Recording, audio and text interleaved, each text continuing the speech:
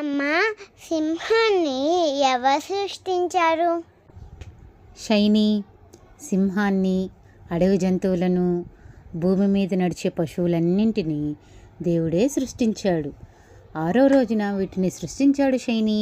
అమ్మా, సింహం చాలా బలమైంది కదా, సింహానికి అంత ధైర్యం ఎలా వచ్చింది? షాను, సింహం శక్తి ధైర్యానికి గుర్తు. బైబిల్లో యేసయ్యను కూడా యూదా గోత్రపు సింహం అని పిలుస్తారు. ఆయన నాయకుడు, కాపాడేవాడు. దేవుడు సింహాన్ని కూడా అడవికి నాయకుడిగా చేశాడు, అడవిని కాపాడేందుకు ఉంచాడు. అమ్మా, సింహం చిన్న చిన్న జంతువులన్నీ ఎందుకు వెంటాడుతుంది? షైనీ, సింహం తన ఆహారం కోసమే వేటాడుతుంది. ఇది తన ఆకలిని తీర్చుకోవడానికి చేస్తుంది. దేవుడు దానికి ఇచ్చిన ఆహారం ఇదే. అమ్మా, సింహం మనుషులకి ఎలా సాయపడుతుంది? షాను, సింహం మనకు ధైర్యంగా ఉండటం నేర్పుతుంది. అడవి కోసం నాయకుడిగా నిలబడుతుంది.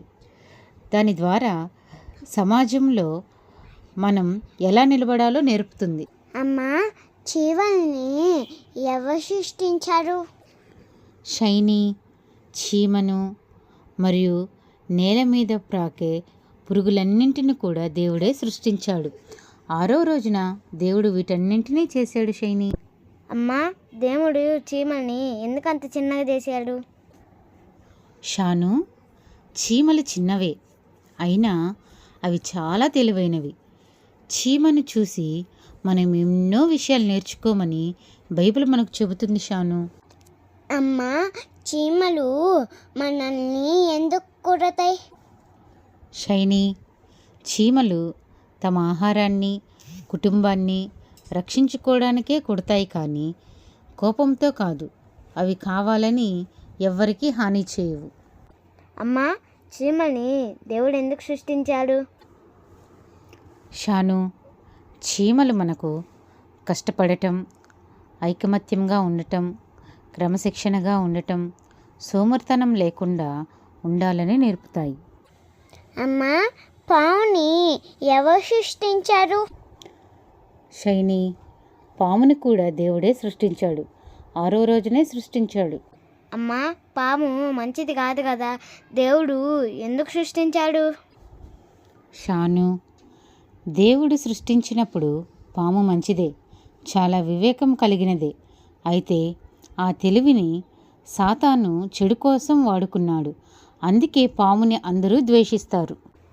అమ్మా, పాములు ఎందుకు కరుస్తాయి? షైనీ, పాముల్ని ఎవరైనా కొట్టాలనుకుంటేనే అవి కరుస్తాయి. వాటి ప్రాణాన్ని కాపాడుకోవడానికే కరుస్తాయి, అంతేకాని ఎవరి మీద పగపట్టవు.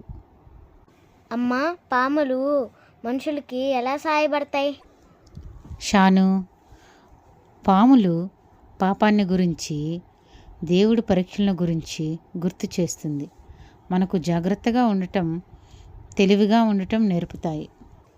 అమ్మా, తేనెటీగల్ని ఎవరు సృష్టించారు?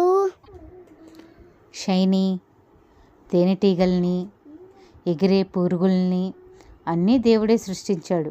అది 6వ రోజే సృష్టించాడు. షైనీ, అమ్మా, దేవుడు తేనెటీగల్ని ఎందుకు సృష్టించాడు? షాను, దేవుడు తేనెటీగల్ని తేనెను తయారు చేయడానికి, పూల చెట్లను పరాగమనం ద్వారా పెంచడానికి, ఇంకా ఎన్నో ఉపయోగాల కోసం సృష్టించబడ్డాడు.